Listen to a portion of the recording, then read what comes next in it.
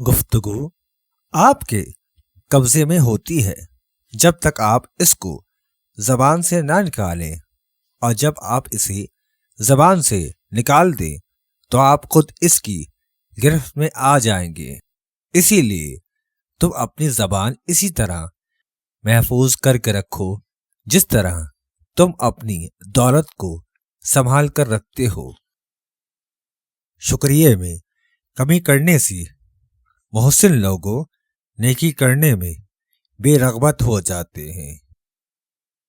تمام لوگوں میں نیک کام پر سب سے زیادہ قادر بندہ وہ ہے جس کو کسی بھی حالت میں غصہ نہ آئے۔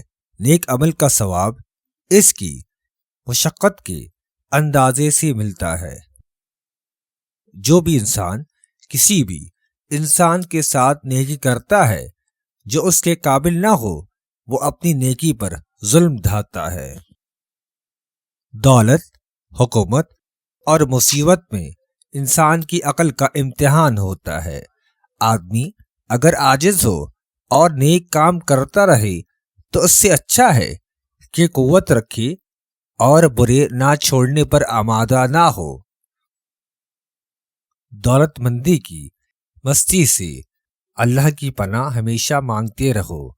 یہ ایک ایسی لمبی مستی ہے کہ اس سے بہتر دیر ہوش آتا ہے اور بند آنکھیں کھلتی ہیں۔ جو بھی انسان کسی بھی برائی والی جگہ پر جاتا ہے وہ برائی اس کے پیچھے قبر تک آتی ہے۔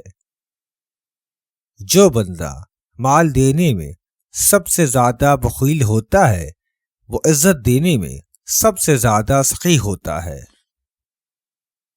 ہم قدرت کی اس تقسیم پر بہت خوش ہیں کہ جاہلوں کو صرف دولت اور ہمیں علم سے نوازا ہے، اس لیے کہ مال کسی بھی وقت ختم ہونے والی چیز ہے، مگر علم کی دولت فنا ہونے والی چیز نہیں۔ تمہارا مرض تمہارے ہی اندر چھپا ہے لیکن تم نہیں جانتے۔ تمہاری دوا تم میں ہے، تمہیں معلوم نہیں۔ تم خود کو ایک عام سا جانور سمجھتے ہو، حالانکہ تمہارے اندر تو ایک پورا جہان ہے۔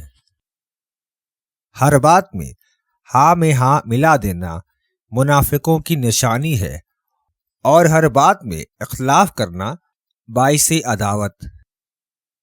جب زاہد لوگوں سے بھاگ جائے تو اس کی تلاش کر، اور جب زاہد لوگوں کی تلاش کرے تو اس سے دور بھاگ جا۔ غموں کے کانٹوں اور دکھوں کی دھول سے اپنی آنکھوں کو بند کر لو، ورنہ خوشی سے زندگی بسر نہیں کر سکو گے۔ دکھ اور درد تمہارا مقدر ہوگا۔ چھوٹے بالوں کو لسوڑے کے پتوں سے باندھیے، ایک ہفتے میں بال کمر تک آ جائیں گے۔ یاد رہے، بخشش کا کمال یہ ہے کہ سائل کو انتظار میں نہ رکھا جائے۔ انعام میں دیر کرنا شریفوں کی عادت نہیں، اور انتقام میں جلدی کرنا کریموں کی خصلت نہیں۔